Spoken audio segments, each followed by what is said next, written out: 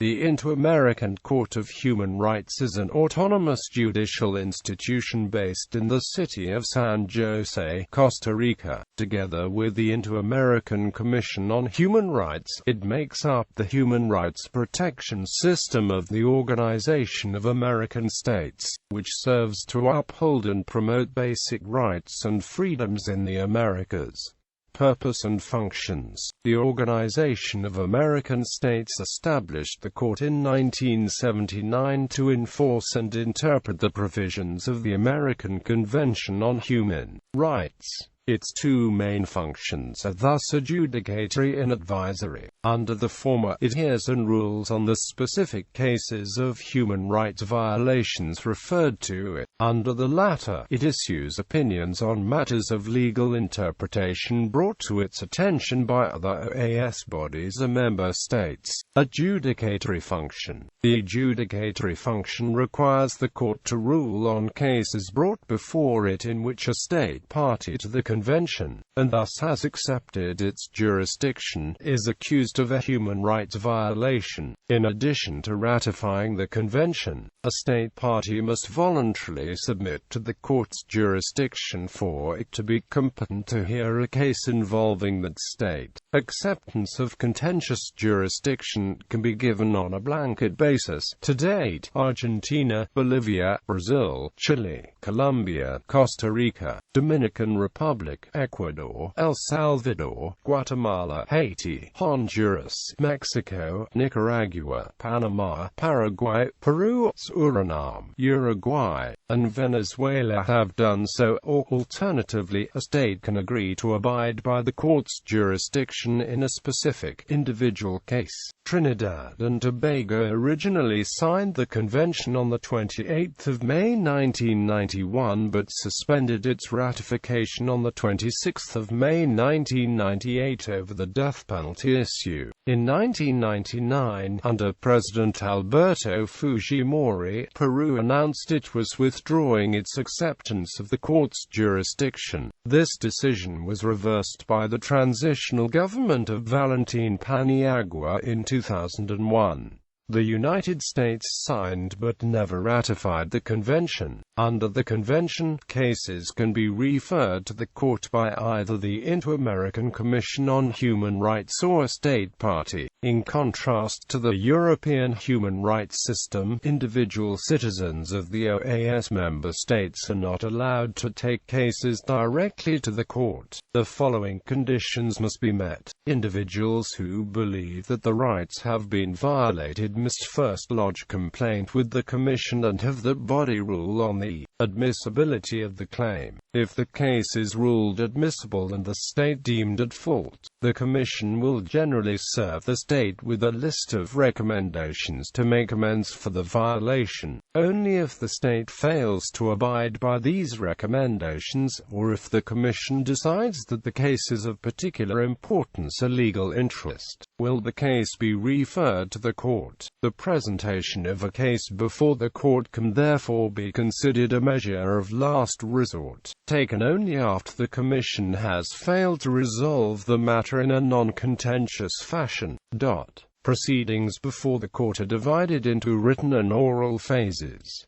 Written phase. In the written phase, the case application is filed, indicating the facts of the case, the plaintiffs, the evidence and witnesses the applicant plans to present at trial, and the claims for redress and costs. If the application is ruled admissible by the court's secretary, notice thereof is served on the judges, the state of the commission, the victims of the next of kin, the other member states, and OAS headquarters. For 30 days following notification, any of the parties in the case may submit a brief containing preliminary objections to the application. If it deems necessary, the court can convene a hearing to deal with the preliminary objections. Otherwise, in the interests of procedural economy, it can deal with the parties' preliminary objections and the merits of the case at the same hearing. Within 60 days following notification, the respondent must supply supply a written answer to the application, stating whether it accepts or disputes the facts and claims it contains. Once this answer has been submitted, any of the parties in the case may request the court president's permission to lodge additional pleadings prior to the commencement of the oral phase.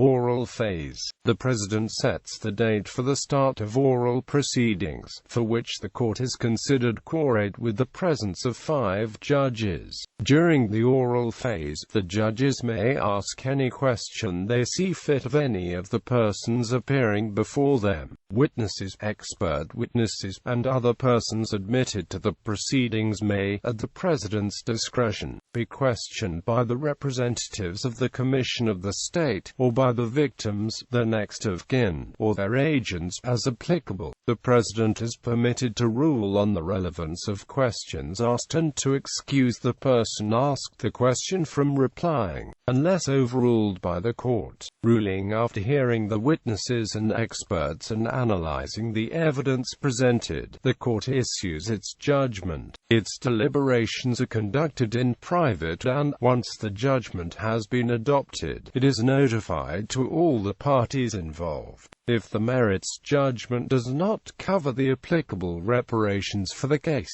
they must be determined at a separate hearing or through some other procedure as decided on by the court. The reparations the court orders can be both monetary and non-monetary in nature. The most direct form of redress are cash compensation payments extended to the victims of the next of kin. However, the state can also be required to grant benefits in kind, to offer public recognition of its responsibility, to take steps to prevent similar violations occurring in the future, and other forms of non-monetary compensation. For example, in its November 2001 judgment in the Barrios Altos case, dealing with the massacre in Lima, Peru, of 15 people at the hands of the state-sponsored Colina Group Death Squad in November 1991, the court ordered payments of $175,000 for the 4 survivors and for the next of kin of the murdered victims, and a payment of $250,000 for the family of one of the victims.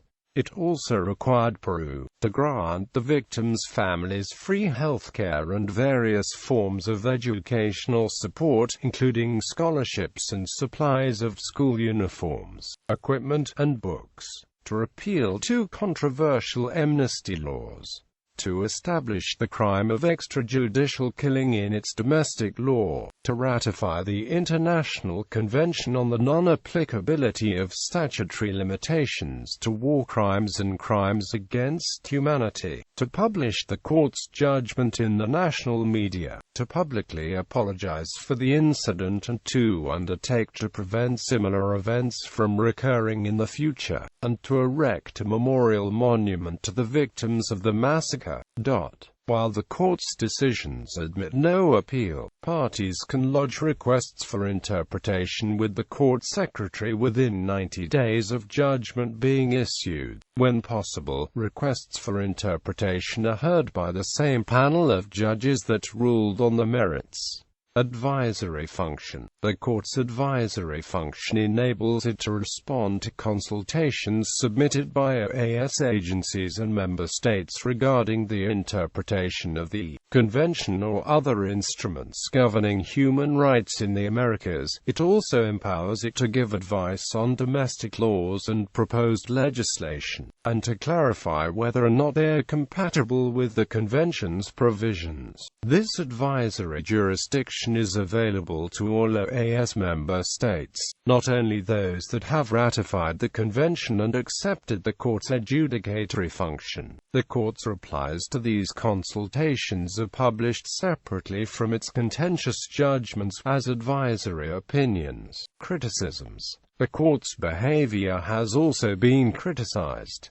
Among other issues, some authors have criticized the politicization of the court. Some of the latest criticisms come from Peru and Venezuela. Up to now, Trinidad and Tobago is the only state who has withdrawn from the system. Peru tried to do so, but did not follow the appropriate procedure. The last of these criticisms is directed against the court's decision in the case of the Mapiripan massacre, declaring that some people were murdered, with the consent of the Colombian state, a few of whom were subsequently found alive. Composition. As stipulated by Chapter 8 of the Convention, the court consists of 7 judges of the highest moral authority from the organization's member states. These judges are elected to 6-year terms by the OAS General Assembly. Each judge may be re-elected for an additional 6-year term. Unlike the commissioners of the Inter-American Commission, judges are not required to recuse themselves from hearing cases involving the home countries. However, no member state may have more than one representative judge serving on the court at any time. In the event a member state is party to a case as a defendant, it does not have the representative judge sitting on the court. The member state is entitled to appoint a judge to the court ad hoc for the case. After the convention came into force on the 18th of July 1978, the first election of judges took place on the 22nd of May 1979. The new court first convened on the 29th of June 1979 at the Organization of American States, headquarters in Washington, D.C., United States. Current judges, former presidents of the court, former members of the court, notable cases heard by the court.